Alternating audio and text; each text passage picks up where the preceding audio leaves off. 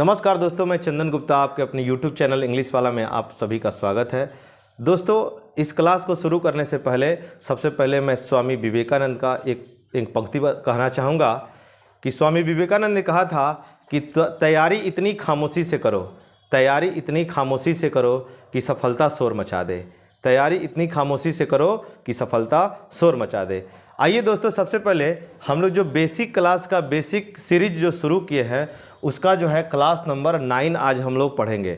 इस class number 9 में हम लोग ये पढ़ेंगे कि इम्परेटिव सेंटेंस को कैसे बनाते हैं। इम्परेटिव सेंटेंस, आप लोग इम्परेटिव सेंटेंस का नाम सुने होइएगा, जिसमें किसी व्यक्ति को आदेश दिया जाता है, सलाह दिया जाता है या उससे रिक्वेस्ट किया जाता है।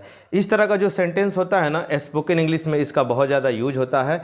तो इस क्लास को आप ग्रामर के लिए और स्पोकन इंग्लिश के लिए दोनों की दृष्टि से बढ़िया से इसको पढ़िएगा। इस तरह का कोई भी सेंटेंस होगा तो आप आसानी से उसको बना सकें।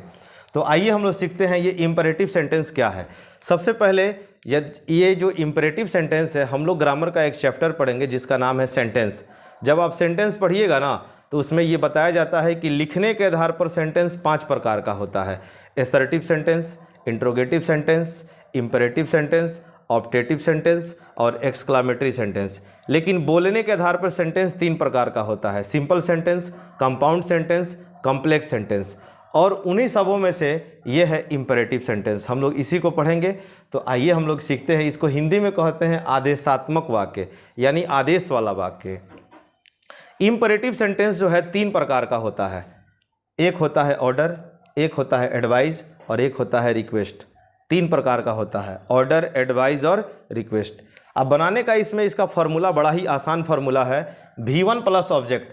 इसका भी फार्मूला V1 प्लस ऑब्जेक्ट, इसका भी फार्मूला V1 प्लस ऑब्जेक्ट। और रिक्वेस्ट वाले में क्या होता है कि उसमें कृपया का अंग्रेजी प्लीज़ या काइंडली V1 प्लस ऑब्जेक्ट के पहले जुड़ जाता है। कृपया का जो अंग्रेजी है प्लीज़ या काइंडली, ये V1 प्लस ऑब्जेक्ट के पहले जुड़ जाता है। बस आपको यही ध्यान रखना है। इसका भी डिफरेंस होता है कि आप कहाँ पे प्लीज़ लगाइएगा, कहाँ पे काइंडली लगाइएगा। जहाँ पे आपका जो है ना, अगर आप किसी से रिक्वेस्ट कर रहे हैं लेकिन वहाँ पे आपके रिक्वेस्ट को सुनने वाला आदमी पहले से मौजूद है तो वहाँ पे हम लोग काइंडली लगाते हैं। और इस तरह से जनरली हम लोग प्लीज़ लगाते हैं। जैसे आप मान लीजिए कि रेलवे में आप टिकट लेने गए तो टिकट देने वाला आदमी पहले से मौजूद है। आप कहिएगा sir please sir kindly give me a ticket. Ticket देने वाला आदमी वहाँ पहले से आपको बैठा हुआ है और आप जा करके अपने रिक्वेस्ट करके टिकट मांगते हैं तो वहाँ पे हम लोग काइंडली शब्द का यूज़ करेंगे, sir kindly give me a ticket. और बाकी जगह अगर अपने यूज़ के लिए रिक्वेस्ट किया जाए तो आपको प्लीज़ बोलना पड़ेगा, प्लीज़ या kindly plus V1 plus object. तो आइए हम लोग देखते हैं कि इसको कैसे बनाया जाएगा। V1 प्लस ऑब्जेक्ट, यही फार्मूला है और यही आपको दिमाग में रखना है। एक कुर्सी लाओ, अगर आप किसी से कहते हैं कि एक कुर्सी लाओ तो ये इसका मतलब है कि ये सेंटेंस जो है ना आदेश हो गया। गरीबों की मदद करो, अगर आप किसी से कहते हैं कि गरीबों की मदद करो, इसका मतलब ये सेंटेंस सलाह हो गया, एडवाइस हो गया। कृपया मेरी मदद करें, वो रिक्वेस्ट में चला जाएगा। यहाँ अपना नाम लिखो, ये सलाह और ऑर्डर दोनों में चला जाएगा। माँ बाप का कहना मानो, ये भी सलाह में है। हल्ला मत करो, ये जो है ऑर्डर है और इसका निगेटिव सेंटेंस है। तो सबसे पहले जब आप ट्रांसलेशन बनाइएगा तो एक बात का ख्याल करिएगा कि सबसे पहले आपको पहचानना है कि वाक्य का भर्ब कहाँ है। भर्ब, एक कुर्सी लाओ, इसमें ये लाना जो शब्द है ना, ये भर्ब है, ये लाना भर्ब है। और ये बाकी जितना बच गया ये ऑब्जेक्ट हो गया। तो सबसे पहले हम लोग बनाने का तरीका, V1 प्लस ऑब्जेक्ट है तो पहले हम लोग V1 लिखेंगे।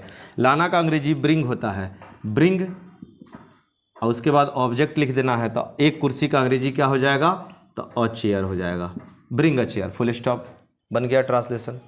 गरीबों की मदद करो, सबसे पहले तो हम लोग भर्ब लिखना है, आपको भर्ब पहचानना है। ये है भर्ब, मदद करना भर्ब है। भर्ब पहचानने का बिल्कुल ही आसान तरीका है, क्योंकि दुनिया में जितना भी भर्ब है ना, सबके हिंदी में आपको लास्ट में ना मिलेगा। सबके हिंदी में आपको लास्ट में ना मिलेगा। जिस शब्द के हिंदी में ना आ गया और वो एक्शन हो तो आप समझ जाइएगा कि वो भर्ब है। मदद करना भर्ब है। तो बनाने का अंग्रेजी तो V1 है पहले, तो हेल्प, हेल्प मतलब मदद करना। और उसके बाद लिखना है गरीबों की। गरीब का अंग्रेजी पुअर होता है, पुअर का मतलब गरीब होता है। और पुअर जो शब्द है वो ग्रामर में एडजेक्टिव होता है।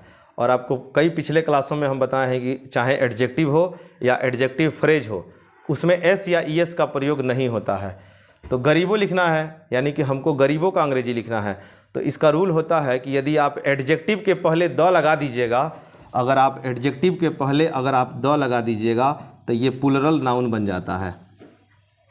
अगर आप एडजेक्टिव के पहले द लगा दीजिएगा तो वो प्लूरल नाउन बन जाता है। जैसे द पुअर मतलब गरीब लोग या गरीबों, द ब्लाइंड मतलब कि अंधे लोग, द डीफ का मतलब बहरे लोग, इस तरह से स्पेलिंग होता है।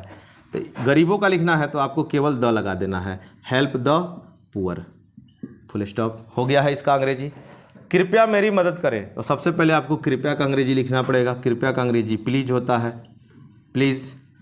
और उसके बाद आपको वर्ब 1 लिखना है, ये मदद करना वर्ब है, तो प्लीज़ हेल्प, हेल्प का मतलब मदद करना।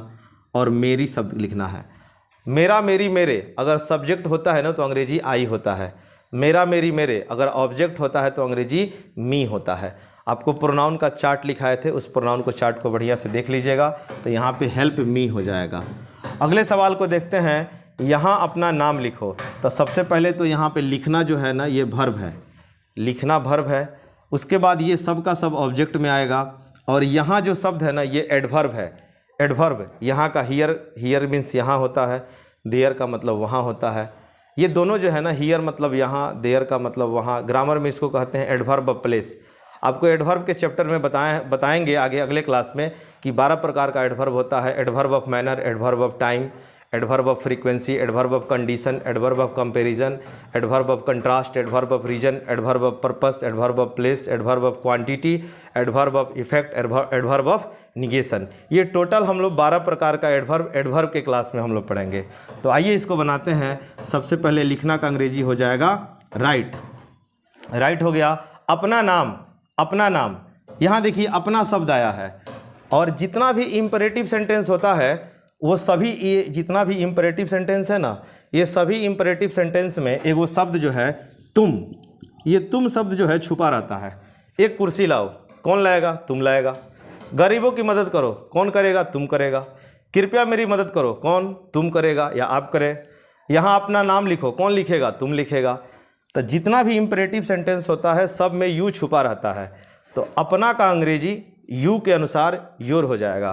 Right your name, right your name, और यहाँ का अंग्रेजी सबसे लास्ट में चला जाएगा here, here. Right your name here, यहाँ अपना नाम लिखो। माँ बाप का कहना मानो, तो सबसे पहले इसमें आपको वर्ब खोजना है। कहना मानना ये वर्ब है।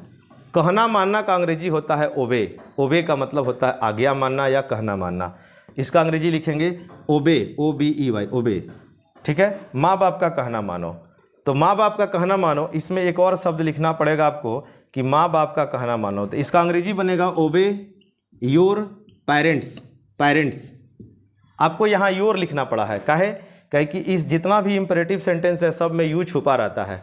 तो माँ बाप का कहना माने तो किसके माँ बाप का? अपने माँ बाप का। इसीलिए यहाँ पे तुम के अनुसार अपना का अंग्रेजी यहाँ पर योर लगा है।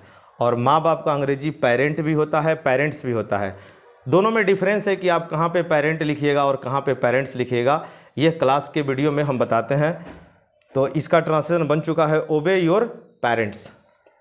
दोनों में डिफरेंस होता है। पेरेंट्स जो शब्द है वो प्लूरल होता है, इसमें माँ और बाप दोनों आ जाएगा। और पेरेंट जो है ये सिंगुलर शब्द है, इसमें माँ या बाप हो जाएगा। दोनों में से कोई एक हो जाएगा, माता या पिता हो जाएगा।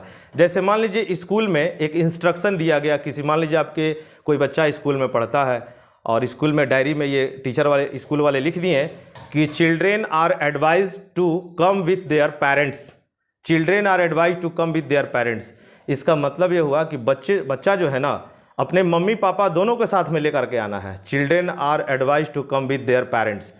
अगर डायरी में मान लीजिए ऐसे लिखा हुआ है आपके बच्चों के डायरी में कि children are advise to come with their parent, parent लिखा हुआ है, इसका मतलब कि है कि बच्चों को या तो अपने माता के साथ आना है या तो पिता के साथ आना है। अगर पेरेंट्स लिखा है तो दोनों के साथ आना है। अब पेरेंट लिखा है मतलब कि आइदर मदर और फादर, दोनों में से किसी एक के साथ आना है। तो ओबे योर पेरेंट्स ये हो गया। हल्ला मत करो, ये जो सेंटेंस जो मत लगा है ना ये निगेटिव है, इम्परेटिव का निगेटिव। तो जो इम्परेटिव सेंटेंस का जो निगेटिव होता है उसको हम लोग या तो डू नॉट से बनाते हैं या फिर हम लोग डोंट से बनाते हैं। दोनों में से कोई भी यूज कर सकते हैं। बोलचाल में ज़्यादातर डोंट शब्द का यूज होता है।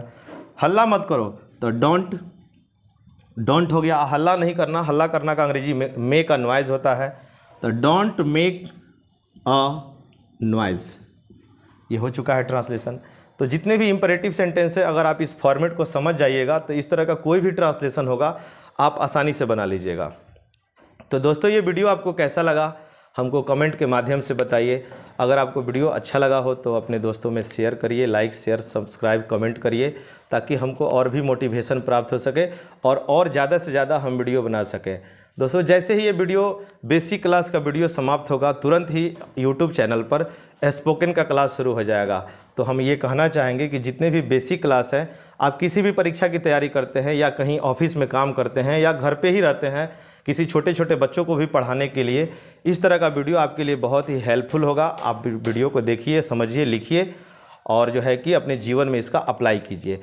थैंक यू दोस्तों, जय हिंद।